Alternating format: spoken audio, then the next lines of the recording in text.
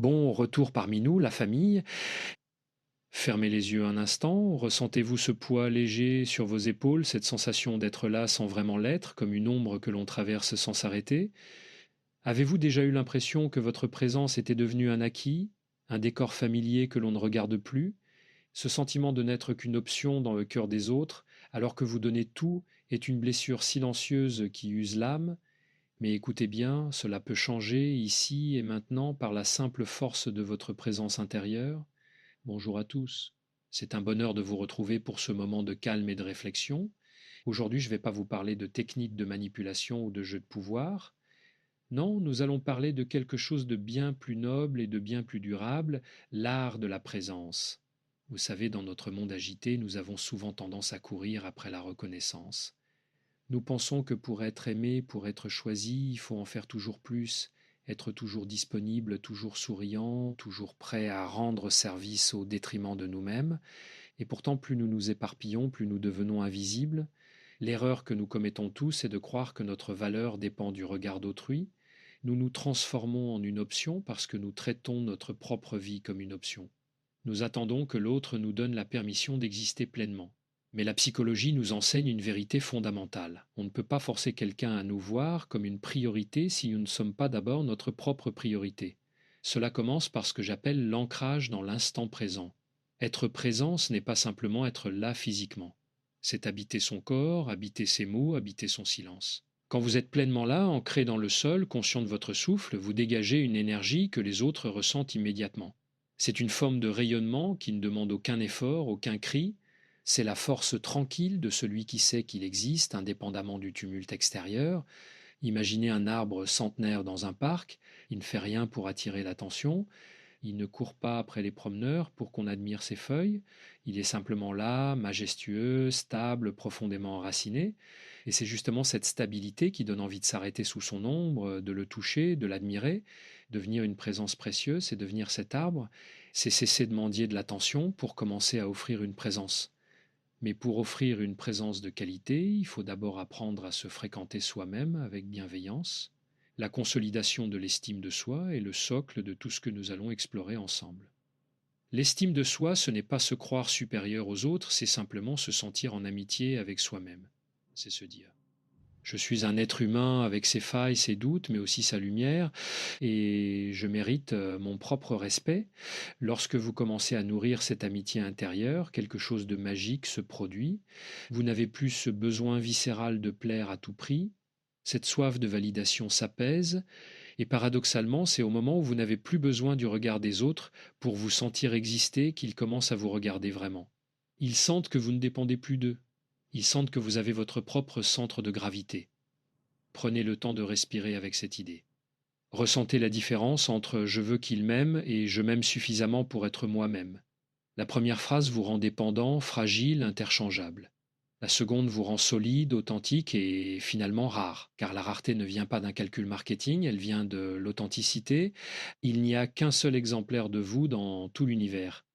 Si vous passez votre temps à essayer de correspondre aux attentes des autres, vous cachez cet exemplaire unique derrière une façade commune. Vous devenez une option parmi tant d'autres. Mais si vous osez habiter votre propre valeur avec douceur et sérénité, vous devenez une évidence, une personne que l'on n'a pas envie de perdre parce qu'elle apporte une couleur que personne d'autre ne possède. C'est ce voyage que nous allons poursuivre, un voyage vers le centre de vous-même, là où réside votre véritable éclat. Ne craignez pas le silence, ne craignez pas la solitude. Ce sont les outils de votre reconstruction. Apprenons ensemble à ne plus nous oublier, à ne plus nous excuser d'exister et à transformer chaque instant de notre vie en une célébration de la présence. Vous êtes bien plus qu'une option, vous êtes le personnage principal de votre propre existence et il est temps que vous commenciez à agir comme tel, avec toute la douceur et la fermeté que cela exige. Parlons maintenant d'une force que l'on oublie souvent dans notre quête d'eux. Reconnaissance, le silence et la mise en retrait, dans une société qui nous pousse à crier pour être entendu, à nous exposer sans cesse pour exister, le silence est devenu une rareté et donc une valeur inestimable. Souvent, nous avons peur du vide. Nous pensons que si nous ne donnons pas de nouvelles, si nous ne sommes pas sans cesse en train de prouver notre utilité ou notre affection, les autres vont nous oublier. Cette peur nous pousse à envahir l'espace de l'autre, à devenir trop accessible, trop prévisible, Et c'est précisément là que nous cessons d'être une priorité pour devenir une habitude. Une habitude, c'est quelque chose que l'on possède déjà, et ce que l'on possède déjà, on finit par ne plus voir. Le silence, c'est pas de l'indifférence. C'est pas une tactique de manipulation pour créer du manque chez l'autre. Non, le silence dont je vous parle est une affirmation de votre propre valeur. C'est se dire je n'ai pas besoin de remplir chaque seconde de bruit pour me sentir vivant. C'est s'accorder le droit d'être absent, de se retrouver avec soi-même, de cultiver son propre jardin secret. Lorsque vous apprenez à apprécier votre propre compagnie, vous envoyez un message puissant au monde. Vous ne dépendez pas de l'agitation sociale pour être heureux. Cette indépendance crée naturellement une forme de respect. Les gens sentent que votre présence est un cadeau, un choix délibéré, et non une obligation née d'un besoin de combler un vide. Regardez la nature, elle ne se presse jamais, elle ne cherche pas à nous impressionner par des feux d'artifice permanents, elle alterne entre la floraison éclatante et le repos de l'hiver, ce repos, ce retrait, ce qui permet à la vie de jaillir à nouveau avec force. De la même manière, votre mise en retrait volontaire permet aux autres de réaliser la place que vous occupez réellement. C'est dans l'absence que l'on mesure la profondeur de l'attachement. C'est dans le calme que les émotions les plus vraies remontent à la surface. En cessant d'être partout à la fois, vous permettez à votre présence de redevenir un événement, une rencontre habitée. Cela nous amène à une notion fondamentale chez Christophe André, l'acceptation de sa propre vulnérabilité. On croit souvent que pour être admiré, pour être vu comme une personne de valeur, il faut être parfait, invincible, sans faille. C'est tout le contraire. La perfection est froide, elle met de la distance, ce qui nous rend inoubliables, ce qui crée un lien indéfectible avec les autres, c'est notre humanité. C'est cette petite fêlure dans notre voix, c'est l'aveu d'une fatigue, c'est la sincérité d'un doute. Être une présence précieuse, c'est oser être vrai. C'est arrêter de porter ce masque de celui qui gère tout pour laisser transparaître son cœur. La vulnérabilité n'est pas une faiblesse. C'est le courage suprême, c'est le courage de dire voilà qui je suis avec mes beautés et mes ombres. Quand vous vous montrez tel que vous êtes, sans artifice, vous offrez aux autres la permission d'en faire autant. Vous créez un espace de vérité qui est si rare aujourd'hui qu'il devient instantanément magnétique. Les gens ne s'attachent pas à vos réussites, ils s'attachent à votre authenticité. Ils se sentent en sécurité auprès de vous parce qu'ils sentent qu'ils n'ont pas besoin de jouer un rôle non plus. C'est cela, passer de l'évidence à la rareté, c'est offrir une relation où l'on peut enfin respirer, loin des faux-semblants. Prenez un instant pour ressentir cette détente intérieure. Relâchez la pression de devoir être mieux que vous ne l'êtes. Vous êtes déjà suffisant. Vous n'avez pas à gagner votre place dans ce monde par des exploits quotidiens. Votre simple existence a un sens. En acceptant vos limites, vous apprenez aussi à respecter celles des autres.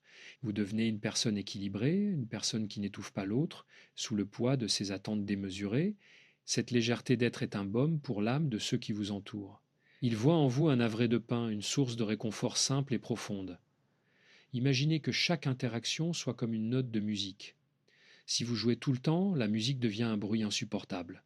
Mais si vous savez introduire des silences, si vous savez varier l'intensité, si vous jouez avec sincérité plutôt qu'avec virtuosité, alors vous créez une mélodie que l'on a envie d'écouter encore et encore. Devenir précieux, c'est apprendre à composer cette musique avec sa propre vie. C'est savoir quand s'approcher, quand s'éloigner et surtout comment rester fidèle à sa propre note intérieure. Le monde a besoin de votre mélodie unique, pas d'une copie conforme de ce que tout le monde joue déjà. C'est ainsi que l'on quitte le statut d'option. On ne devient pas une priorité en forçant le destin, mais en devenant une source. Une source ne court pas après les voyageurs assoiffés, elle coule simplement fidèlement. Et ce sont les voyageurs qui, épuisés par la poussière de la route, finissent toujours par chercher le chemin de la source. Soyez cette source de calme, de vérité et de présence. Le reste suivra, naturellement, sans effort, dans la douceur d'un matin qui se lève sur une vie enfin habitée par soi-même. Pour ne plus être une simple option, il existe une étape indispensable, une forme de courage que nous avons souvent peur d'emprunter, l'art de dire non. Dans notre imaginaire, nous craignons que le refus nous éloigne des autres. Nous pensons que dire oui à tout est le plus court chemin vers l'amour et l'acceptation. Mais regardez-y de plus près. Celui qui dit toujours oui n'a plus de contour. Il devient transparent, prévisible, presque interchangeable. Si votre disponibilité est totale et inconditionnelle, elle finit par perdre toute sa valeur. Ce qui est disponible partout et tout le temps ne peut pas être perçu comme précieux. Le nom est l'outil qui dessine les frontières de votre jardin intérieur. Dire non, c'est pas être agressif, c'est pas rejeter l'autre, c'est simplement se dire oui à soi-même. Chez Christophe André, on apprend que la fermeté n'a pas besoin d'être bruyante. On peut refuser avec une douceur infinie, avec un sourire calme, en expliquant simplement que nos ressources ou notre temps ne nous permettent pas d'accéder à la demande. C'est ce que j'appelle la fermeté sereine. Lorsque vous commencez à poser des limites claires, vous envoyez un signal de respect envers vous-même, et ce respect est contagieux. Les autres comprennent que votre temps est une ressource limitée, que votre énergie est un trésor et que votre accord est un privilège. La personne qui sait dire non devient soudainement quelqu'un que l'on écoute. Ces oui prennent alors une dimension sacrée. Quand elle accepte de s'investir, on sait qu'elle le fait par choix et non par peur ou par habitude. C'est là que s'installe la rareté. Vous n'êtes plus celui ou celle que l'on appelle par défaut parce qu'on sait qu'il ou elle dira toujours oui. Vous devenez la personne que l'on sollicite parce que l'on apprécie la qualité exceptionnelle de son engagement. Apprenez à protéger votre espace. Ne laissez pas les priorités des autres devenir les vôtres par simple politesse. Votre vie est trop brève pour être vécue au service des agendas d'autrui. Cela nous mène au passage essentiel de l'agitation sociale à la présence habitée. Nous vivons dans une culture de la réaction.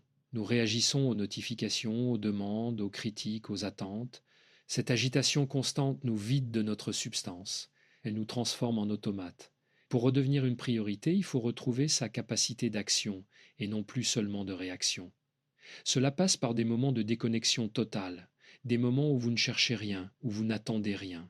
C'est dans cet état de contemplation que vous rechargez votre aura de présence. Imaginez la différence entre une personne qui court dans tous les sens, le regard fuyant, le souffle court, et une personne qui marche calmement dont le regard est posé, dont les gestes sont économes et précis. Laquelle des deux attire votre attention? Laquelle des deux vous inspire confiance? La présence habitée, c'est cette capacité à être pleinement là, dans chaque geste, même le plus simple. Que vous preniez un café, que vous écoutiez un ami ou que vous marchiez dans la rue, faites-le avec une conscience aiguë de l'instant. Cette qualité d'être est si rare dans notre monde distrait qu'elle devient un aimant pour les autres. Ils ne savent pas forcément l'expliquer, mais ils se sentent attirés par cette stabilité que vous dégagez. Habiter sa vie, c'est aussi accepter de ne pas être parfait dans cette démarche. Il y aura des jours où vous retomberez dans l'agitation, où vous direz oui alors que vous pensiez non. C'est pas grave. La bienveillance envers soi-même est la clé. Accueillez vos erreurs avec le sourire. Ne vous jugez pas. Redevenez simplement présent, là, tout de suite. Le secret de ceux que l'on n'oublie pas n'est pas qu'ils sont exceptionnels, c'est qu'ils sont présents à eux-mêmes. Ils ont un ancrage que rien ne peut faire basculer totalement. Quand vous cessez de courir après les gens, vous leur donnez l'espace nécessaire pour courir vers vous. En psychologie, on parle souvent de l'importance de la juste distance. Trop près, on étouffe, trop loin, on s'oublie. Trouver cette juste distance, c'est l'art de la relation sereine, c'est savoir être là sans être envahissant, être précieux sans être inaccessible, c'est cultiver cette autonomie intérieure qui fait que, même si l'autre s'éloigne, votre monde ne s'effondre pas. Cette force intérieure est ce qu'il y a de plus séduisant au monde. Elle prouve que vous êtes un être complet, un soleil qui brille de sa propre lumière et non une lune qui ne fait que refléter celle des autres. Rappelez-vous que vous n'êtes pas une option parce que le monde en a décidé ainsi. Vous êtes une option quand vous oubliez d'honorer votre propre présence. Reprenez les rênes de votre attention. Redonnez de la valeur à vos silences, à vos refus et à votre authenticité. C'est ainsi que vous construisez une vie où vous êtes enfin vu, non pas pour ce que vous faites, mais pour ce que vous êtes. Une présence calme, solide et profondément humaine. Pour clore ce cheminement ensemble, j'aimerais vous inviter à une forme de lucidité douce. Ne plus être une option, c'est pas devenir quelqu'un d'important aux yeux du monde, c'est devenir quelqu'un d'essentiel à ses propres yeux. Trop souvent, nous cherchons la clé de notre valeur dans la poche des autres. Nous attendons qu'ils nous ouvrent la porte de la reconnaissance, de l'amour ou du respect. Mais la vérité, celle que l'on découvre dans le silence de la méditation, c'est que la porte n'a jamais été verrouillée de l'extérieur. La clé est en vous, dans cette capacité à vous regarder avec une amitié sincère et sans condition. Devenir luxe, pour reprendre ce mot avec beaucoup de pudeur, c'est simplement refuser de se brader. C'est comprendre que votre temps, votre écoute et votre affection sont des ressources précieuses. Si vous les distribuez sans discernement à ceux qui ne les honorent pas, vous ne faites pas preuve de générosité, vous faites preuve d'un manque de respect envers la vie qui coule en vous. Apprendre à s'estimer, c'est apprendre à choisir où l'on s'investit. C'est accepter que l'on ne peut pas plaire à tout le monde et que c'est une excellente nouvelle, car plaire à tout le monde, c'est s'effacer soi-même jusqu'à ne plus laisser qu'une ombre grise et sans saveur. La présence habitée dont nous avons parlé se nourrit de petites victoires quotidiennes sur l'oubli de soi. C'est ce moment où, fatigué, vous osez dire « Je ne peux pas venir ce soir, j'ai besoin de repos ». C'est ce moment où, au milieu d'une conversation superficielle, vous osez rester silencieux plutôt que de meubler le vide avec des mots inutiles. C'est ce moment où vous choisissez de marcher seul en forêt plutôt que d'être mal accompagné. Ces micro-choix sont les pierres qui construisent l'édifice de votre dignité. Ils ne sont pas des actes d'égoïsme, mais des actes de survie psychologique. Regardez le chemin parcouru, nous avons exploré l'ancrage, l'estime de soi, le silence, la vulnérabilité et l'art de dire non. Tous ces éléments forment une symphonie de la présence. Une personne qui habite sa vie de cette manière n'est plus une option, car elle dégage une complétude qui se suffit à elle-même. Elle n'est plus en demande, elle est en offrande. Et c'est là tout le paradoxe. Plus vous êtes autonome intérieurement, plus les autres ont soif de votre compagnie. On ne cherche pas à posséder une source, on cherche simplement à se tenir près d'elle pour se rafraîchir. Alors je vous encourage dès aujourd'hui à poser un acte de présence. Choisissez une chose, une seule, que vous ferez avec une conscience totale. Écoutez quelqu'un sans préparer votre réponse. Marchez en sentant le contact de vos pieds sur le sol. Respirez en sentant l'air entrer et sortir de vos poumons. Redonnez de la densité à votre existence. Ne laissez plus les jours filer comme du sable entre vos doigts. Soyez le gardien de votre propre lumière. Vous verrez que le monde commencera à vous traiter différemment, non pas parce que vous aurez changé les autres, mais parce que vous aurez changé votre manière d'habiter l'espace. Si ce moment de réflexion vous a apporté un peu de pain ou une nouvelle perspective, je vous invite à rejoindre notre communauté. Abonnez-vous pour continuer à cultiver ensemble cette psychologie de la profondeur et de la sérénité. Partagez vos réflexions en commentaire, car votre propre cheminement peut éclairer celui d'un autre. Suivez notre chaîne pour ne manquer aucune de nos prochaines méditations et leçons de vie. Merci d'avoir partagé ce temps avec moi. Souvenez-vous, vous n'êtes jamais une option pour celui qui sait s'honorer lui-même. Prenez soin de vous, car vous êtes la personne la plus importante de votre vie. À très bientôt pour la suite de notre voyage intérieur.